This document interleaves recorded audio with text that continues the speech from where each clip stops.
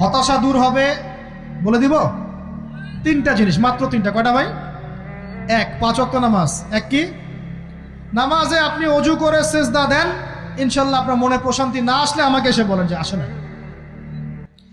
চোখের পানি, মনের আবেগ যা আছে আপনার ভিতরে, কষ্ট, দুঃখ, যন্ত্রণা, সব আল্লাহকে ঢেলে দিবেন ইনশাল্লাহ। নিজের আবেগ ধরে রাখবেন এখানে, আপনি আল্লাহর জন্য ঢেলে দিবেন। মানুষকে আবেগ দেখায় কি লাভ? মানুষ আপনার চোখের পানির মর্ম বুঝবে? মানুষ কি মানুষের চোখের পানির মর্ম বুঝে? আপনার পিতা যদি মারা যায়, আমার কাছে এসে দোয়া চান, কান্নাকাটি করে, আমি দোয়া করতে পারবো, কিন্তু আমি কিন্তু আপনার ফিলিংসটা বুঝতে পারবো না। আপনার অনুভূতি কে বুঝতে পারবেন? আল্লাহ পাক আপনার ঘাড়ের রগের চেয়েও কাছে আছে। সুবহানাল্লাহ, সুবহানাল্লাহ, আল্লাহ পাক ঘাড়ের রগের চেয়ে কাছে আছে। গতকালকে বাংলাদেশের একজন বরেণ্য আলেমের সাথে একটা কনফারেন্সে ছিলাম।